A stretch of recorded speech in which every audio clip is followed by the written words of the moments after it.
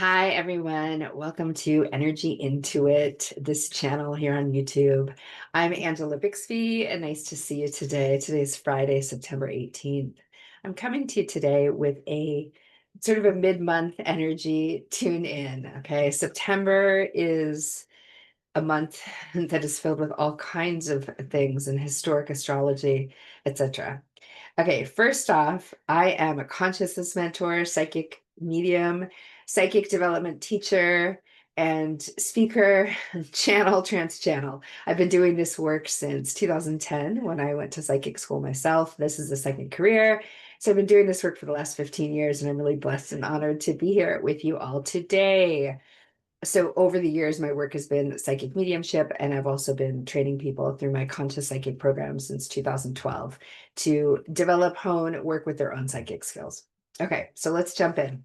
A couple of things. I am a hobbyist with astrology. I am not a professional astrologer, so thank you for not holding me to the details of the astrology that I'm about to give a quick mention to. A big part of why I wanted to come to you today is based upon not only what I'm experiencing and what I'm witnessing, students in my conscious psychic program, clients that come to me for readings, people in the larger communities experiencing. But what's been going on is a lot of emotionality. There's been a lot of energy kicked up over the last week, couple of weeks, during this month, for a whole lot of reasons that have to do with lots of things, not just astrology, but lots of different big cycles of convergence, intensity, changes on our planet, things like, politics in the US, etc. I'm not getting into any of that today. My point is there is a lot flying around in the ethers. Now, as we step back and lean into, this is the locus of orientation I like to work with. We are all capable individuals. We all have subtle energy bodies that are comprised of many, many different fields or bodies. So we have our physical body that we're all aware of. We have an emotional body, we have a mental body, and we have multiple spiritual bodies. That's a simplistic version. So when we are sitting in these times where there are a lot of energies that are flying around and affecting us, et cetera, et cetera, I do my best to direct people back to their grounding of their individual bodies and their coming into themselves. We're not going to be able to respond to anything or to process anything if we're in an ungrounded state. So the utmost of personal accountability comes into play here, meaning we all get to be accountable for what we're going through and how the energies are affecting us. We also have it within our purvey, we have it within our abilities to work with these energies and to remain as detached as we can from things that might be coming up for us at this time. We all have the capacity to ground, take a breath, think not once, but maybe twice or thrice before we respond to something at really intense times like this. So I'm coming to you to normalize a few things because I know a lot of people are like, oh my gosh, what's going on? Is this stuff normal? Right? So I'm going to normalize a few things that you might be feeling and experiencing. I'm going to talk to you about a couple of tried and true approaches that I recommend. A fun analogy for how to kind of view this eclipse energy that perhaps you'll connect with. And then lastly, I'll leave you with a very simple inquiry for you to use as you move through these times from a grounded place. Okay, so first off, what's going on is in 2 days on our calendar, our Gregorian calendar, on Sunday, September 21st, there is a solar eclipse in Virgo. What that means is we have a new moon, which is when the moon cycle is starting, and then it builds until the full moon 2 weeks later, in terms of how we can see it in the sky. So we've got that going on, and eclipses are about a relationship between not just the nodes of the moon, but also um, the sign that's associated with them. So right now, the south node of the moon is in Virgo, and the north node is in Pisces. So if you're not a Virgo or Pisces, you're probably still affected by this. Virgo, Pisces, Cancer, a few other signs I've heard the astrologers say are even more prominently affected by this. How this astrology of what's going on right now hits your personal chart is going to be very individual, right? And that's where knowing ourselves is really important. If you're not feeling effects from this, first and foremost, there's nothing wrong with that. That is not unusual. You might not even be here if you're not feeling effects, right? This video is really geared towards those that are feeling effects and those that are looking for some support and perhaps a little bit of explanation about what's going on and what they can do to support themselves during this time. So if you're not being affected by this, you may not even be here. That's normal. There's nothing wrong with not having any effects from this. It could be so many different factors. It could be that it doesn't hit your astrological chart in a meaningful way, and there's nothing wrong with that. That's a large part of the population. It doesn't mean that you might not still be encountering people that are going through this, right? Because if you're engaged in community and moving through your day to day, you're probably encountering people that are having a hard time with this energy. So you may be watching it from a more secondary standpoint if it's not applying to you as much. And this is still really helpful for you to take in those types of cases. It might be that you've already cleared a lot of things and moved through a lot of things, and therefore this type of eclipse is not going to be as helpful or supportive to you if you've already moved through a lot of your healing, personal clearing, done a lot of the plumbing and the personal work, plumbing into the things that come up within us and our old situations and traumas and past lives and all of that. Right. So perhaps you're sort of past that point and this affects you less. Perhaps you're not at a level of consciousness or opening up to your heart where you are feeling into, say, your emotional fields. Maybe it affects your mental, but not as much your emotional. Maybe it affects your physical, but not as much your mental or emotional. There are many different ways and permutations of how this energy could or could not be affecting you, is what I'm trying to illustrate for you all here. So do not be concerned if this energy is not affecting you, and consume this from here on out for the rest of the video with the understanding that it will support you in understanding how you might encounter others that are experiencing this energy. So don't feel like you're missing the boat if you're like, wait, this isn't having effects on me like my friend it says it's affecting them. Okay. There's no right way to experience this stuff, and there's certainly no wrong way. All the ways are right. There are no wrong ways. We're going to have experiences that we're going to have. And my work it remains to be my mission, my intention is to be of support to humans by utilizing their psychic skills to navigate this wiggly world that we all live in. So I am here from an empowerment standpoint. I support you in your empowerment of knowing yourself and understanding how you can move through this time period, whether for yourself or whether in support of others that you encounter in your communities. So that is always my positionality to this work.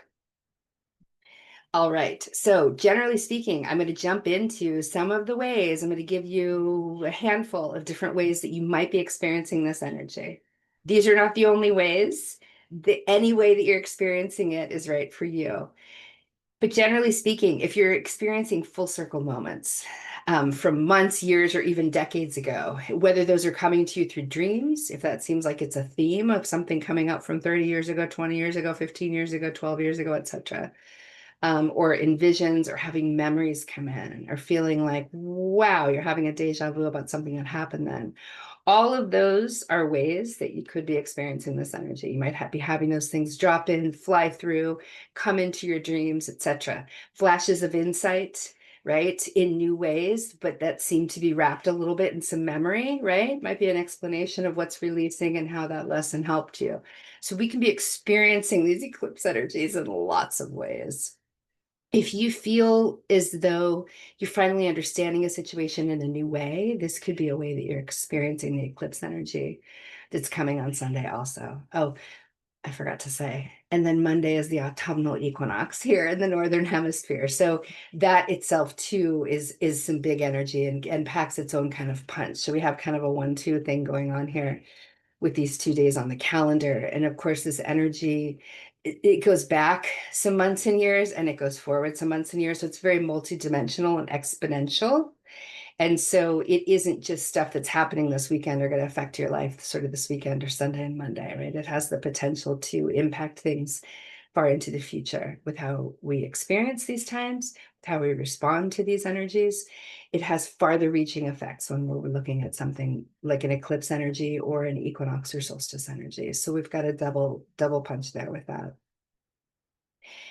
If you find yourself feeling confused, gutted, or destabilized emotionally in really any way, these are all very common for eclipse times in eclipse periods. The best way to approach that, the best advice that I can offer to you is honor your feelings as they come up.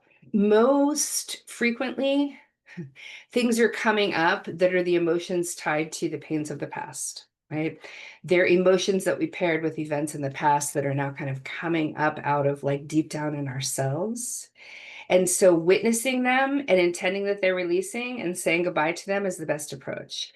It's really important that you be careful not to attach to these feelings again and assume this is part of current feelings that you have about current situations, because then you're going to start sort of spilling the stuff that's trying to release from your bodies and your systems onto the table of your current life and keeping it here.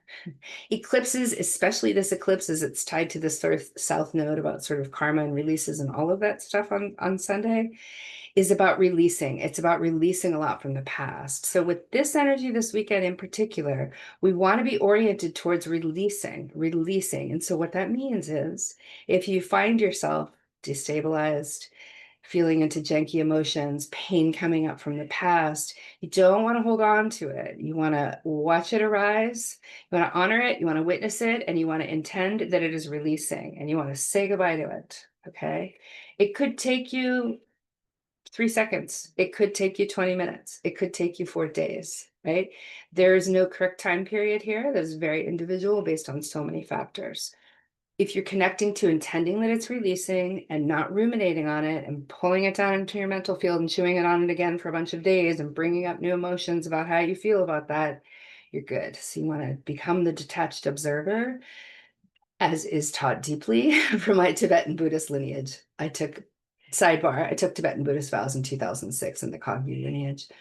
And so I learned Buddhist meditation and practices and that detached observer status long before I stepped into psychic work. So I'm just giving the source of where that comes from in my lineage, my teachers, as well as my training and how I've arrived at this point. So I want to highlight the intending piece of the releasing and how you work with things that might be coming up to ensure that they're releasing. When we add intention to anything, it's tied to our soul, first of all, and it's tied to our mental body. Our mental bodies tend to direct a lot. We as humans, we as Western humans, we at this time period in humans, we've been um, taught and told almost to an extreme how much our thoughts control our reality. It's a lot more than our thoughts. It's our thoughts that guide our emotions, that then become our beliefs, that then become our actions, that then become our values, right? So the thoughts are the starting point for a whole long line in a process. And so I don't like to put an exponential amount of weight on our mental body, a la like the secret might, and suggesting that we intend something's releasing, therefore it's released. Intending it is the first part. It's a mental layer construct that we can add to the releasing process. It's going to help guide the emotions out when we intend that we're releasing. So it's how we're orienting our mental body to our emotional body and our physical body as we're experiencing these things. Intending is very, very key in all of this. But like I said, it isn't meant to be a magic panacea or a magic pill that's just going to wipe away your pain. Okay. It doesn't work like that from where I sit and what I know. So you want to be intending, you want to couple that with anything you might be doing with your physical body, for instance. So, and I also teach that we can work in one body to help affect change in others. So you could be doing movement to help release things from you could be doing movement of your physical body to help release things from your emotional body, and also be harnessing your mental body and intending that you're releasing as you're moving. Intend that things are flying out of your fields, that are coming up out of your cells and eking out of your pores and going out into the environment and being carried away by the wind. So adding the intention, releasing, this is releasing while you're doing something like walking or gentle stretching, or I'm a swimmer, swimming or running or cycling, or any of the ways that you like to move, even if it's just gentle stretching, even if it's cleaning or doing dishes, right? It doesn't have to be an arduous um, physical activity. Intend that you're releasing, gardening, taking the trash out. I even encourage people to intend that they're releasing as they're in a shower or as they are. You can do it when you're drinking water, that the water that you're taking in is going to support the release of anything that you want to be releasing. You can do it the other way as you're literally releasing from your body, add the intention that you're additionally releasing anything from your cells by way of that process. So coupling intention with things you're feeling, things you are doing physically, how you're moving is really helpful. You can also release and intend that you're releasing in your sleep. So it doesn't even have to always be an active situation, or in that case, a consciously active situation, right? Because when we go to sleep, we go into those deeper consciousness states and we're still involved. We generally don't remember what happened in our dream state as we were releasing. But that can be a really efficient way for us to release, because when we're asleep, our egos are asleep and then they don't get involved. And that's usually what mucks up these processes more than anything, is when our egos get involved. So releasing while we sleep is really helpful, especially if you're working on releasing a lot of layers from a really big situation or a big trauma. It's another way that you can kind of harness that time period and that energy while you're restoring and replenishing your energy through sleep. All right. So I talked a little bit earlier about personal accountability, and I just want to remind everyone that we're really in an era of deepening our personal accountability. And what I mean by that is taking responsibility for our grounding, our energy, both seen and unseen, and the actions and choices that we make in this world, right? So just a reminder of that. Most people that find their way here are going to be people that do want to help themselves and take that deepening of accountability to the next level with their psychic skills. And as a matter of fact, what I say to all of you is and I say this a lot, I don't know how people are navigating this time without their psychic skills, because my connection to my guides, having the capacity to be able to tune in with spirit, whether through writing, whether through channeling, whether through just quick on the fly asking them a question and having them bring through the answers psychically, I'm not sure how people are navigating it without their psychic skills. So anything that you're doing in conjunction with your psychic skills to grow your psychic skills at this time period is only going to benefit you. Sincerely, it's not just an era of deepening personal accountability. We're also in an era of very, very, very, very rich in transformation and transformational energy. That is part of what's going on with the eclipse this weekend.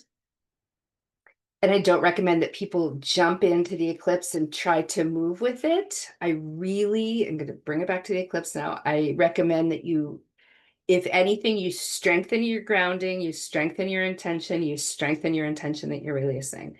This is not a time period to try to hold on or redo or manifest, et cetera, et cetera, et cetera. Not a good idea with this energy. Keep it all about releasing from as far back as you want to go, back to the beginning of your soul's time, back to past lives, et cetera, et cetera. So you really want to get on board with your personal accountability, with all of your bodies, with all of your intending from your mental body and releasing from your emotions and physical body. You really want to get on board with the fact that this weekend's energy, this eclipse energy, is all about releasing. Okay. So when we're in this deepening era of personal accountability, what that means is that we're stepping into the role to really guide our guides in spirit. Yes, they guide us and we also guide them. And so it's taking that responsibility. It's sort of like if you're at a community event and they say, okay, we need somebody to lead a group of people to do XYZ, and you go, I'll do it. It's about us going, I'll do it for ourselves and our clearing and our healing. Okay. So even if you don't see yourself as a leadership type or someone who wants to be leading a team to do some kind of community activity, we're all being called to be in that leadership role within ourselves and within our own energetic bodies at this time now, moving forward. This is the new way forward. This is the way that we carry New Earth forward, is by really taking responsibility and deepening our personal accountability for our fields and all that comes along with them. So I mentioned that this is kind of an intense and a historic time like this. The reason I mention historic is I'll mention this to you again. Um, Hobby astrologer, not a professional astrologer at all, total beginner astrologer. And I love astrology and I'm passionate about it, but I'm not a professional. I heard someone say the other day that the fact that Neptune is in Aries at 0 degrees and the way that it is in relationship with Saturn right now, this has not happened, at least the Neptune and Aries part at 0 degrees, I believe. Again, don't quote me on this, in 6,000 years. So we've had a year of this, right? We've had lots of points of astrology that have been historic in nature and that they have not rolled out for thousands of years, in this case, 6,000 years for an aspect that's happening with the astrology right now and moving through the weekend. So that's why I reference it as historic. I'm not talking about the events that are happening in our pop culture and the news and the media and the 3D. I'm talking about many of the factors that are governing our planet right now and all of us humans. I am a human and have my opinions and have my values, but the more that we can get to a more unified thinking about our species, about humanity, and understanding that we're all moving through this together as humans, I really think that that's our way forward too. So you generally will not find divisive topics here. I'm not really interested in that. There's plenty of divide everywhere you turn in the world. If you want to go fight with someone, go talk to someone who has an opposite view of you, if that's where you are in your consciousness. And I'm not welcoming any of that here. So the more that you can rise above and take responsibility for your energy, take responsibility for being in a governance role of your energy, directing your guides to assist you, not manipulating them and asking them to bring in things for you that are not in your highest good, et cetera, but really taking that beacon of accountability a little deeper within yourselves, that's going to help you to feel more capable of moving forward at this wild time on the planet. It's also the way that you'll be able to start to work with your guides and work with your psychic skills in meaningful ways that can actually help assist you in guiding your own life.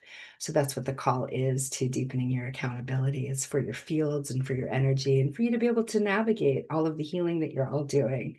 And I see you. You guys are doing a beautiful job, psychic ones. You are working so hard and have been working hard for years on really clearing the density. So, a little bit about that. That's what's going on in this time period, and that's what's going on in us humans with our personal healing. The whole point of this is to lighten our loads, to help us be less dense. Being spirits in a physical body is already dense enough. You add to it our traumas, how we allow our souls to be splintered off throughout our lives with the traumas that we encounter and the things that happen. Everybody is really in a time period of lightening so that their frequencies can go higher within their physical bodies. And so, in order to do that, we've got to clear out some of that stuff that might feel a little bit like moldy boxes in our basements if you're working on your root chakra. So it's our responsibility to do our clearing and our healing so that we can lighten our frequency, so that we can feel more into the joy and the love that are the hallmarks and the fuel for moving our spirits forward in our bodies at this time on the planet. So there's a reason for this. It's really to lighten our frequency and to be able to enjoy our lives while we're here and to be able to be of service to others and support to others in our communities and our lives while we're here in these ways. All right, so I'll wrap it back around a little bit with some great rules of thumb to really kind of tuck into your front pocket for this time period. Grounding is key. So anything that you can do that helps you feel in your body, grounded, connected to Mother Earth's electromagnetic fields with your own fields is going to be helpful.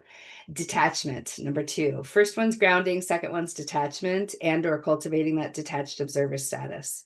That means when something's coming up in you, do not start judging yourself. Ooh, why did I handle it like that? You want to look at it and go, this is what's playing out. This is what's coming up and what I'm feeling. I'm going to intend that it's releasing and I'm going to watch it continue to release. And I'm going to go walk outside and wave my hands around to comb through my fields.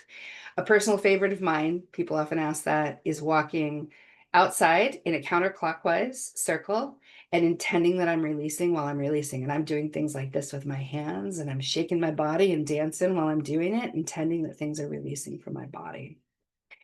And I'm detached when I'm doing it. I'm not commenting or thinking or having emotions about what's coming up. I'm really just witnessing it, honoring it, witnessing it, intending that it's leaving and watching it release while I'm dancing in the backyard. So you want to ground, you want to be in detachment from all of the things that are rising up in you and working on releasing. One of the ways that I like to think about eclipses, and so I'll leave you with this analogy for eclipses too, perhaps this will support you. I like to think of eclipses as a bit like a huge wind blowing through. And so when there's a huge wind blowing through, I'll go outside and stand outside and put my arms out and let it kind of blow everything off of me. Eclipses are coming in. If you picture yourself as a tree, there are parts of you that are really strong and are going to be able to sustain when the winds of this eclipse and change blow through. The things that are meant to stay attached to you as a tree and stay will. The things that are sort of dying off, that are weaker, might be some dead branches, dead leaves, those get shaken off. Allow those to represent the things that are no longer serving you, and trust that this eclipse energy, these winds of change, are going to blow all of that off of you during this time period. So that's the way I like to think of eclipses. It's best if we can just ground in like we're in a windstorm. You want to be stronger, you want to have stronger roots, and open up to all of the ways that the eclipses are going to blow through our fields and remove things that are no longer serving us and are not here for our highest good. I hope that that analogy for an eclipse serves you and supports you today. The last thing I'll say is that in encapsulation is that another way to think about this is a time of endings and releases. And so those are really kind of the mantra of this time period: endings and releases, ground in, detach. Lastly, an inquiry. So if you want to sit in inquiry, if you like to pose an inquiry in your meditation to your guides, if you're doing automatic writing and writing with your guides, the best inquiry I would recommend right now is, how will these energies of the eclipse and the equinox affect me? And so any questions off of that, what might be the best next step forward for me to benefit from these energies? How might I best support myself at this time period? And even when I put out these hypothetical inquiries like that to you guys, I hear spirit say resting, detaching, grounding. So a quick reminder that all that I share with you here comes from spirit, channels through me from spirit for your benefit and for your empowerment. And all of this energy and this information is meant to uplift you and support you during this trying time when we're moving through a whole lot of changes. Allowing yourselves to let go and allow the eclipse to just carry the things out of your life that are no longer serving you, allowing them to help with those endings that you've been working towards, is the best way forward. May you feel empowered, grounded, and rested and detached in healthy ways during this intense time midway through September. All right, psychic ones. I am running a Soul Writers workshop tomorrow, Saturday, September 20th from 1 to 5 p.m. Eastern. I will drop a link, a registration link below. We will be doing psychic development exercises that Spirit is channeled in to connect to our soul and do automatic writing from there. That will be the whole workshop. It will be experiential, which is my hallmark and how I run workshops. It's $97. The registration link will be dropped below. So that's going on tomorrow. And otherwise, you can check out my website if you want to sign up for a one-to-one session for me, if I may be of support to you in a reading for this crazy time that we're moving through. I'm wishing you all well. I'm wishing you all balance and grounding at this intense time. Thanks for being here and take care. Stay well, psychic ones.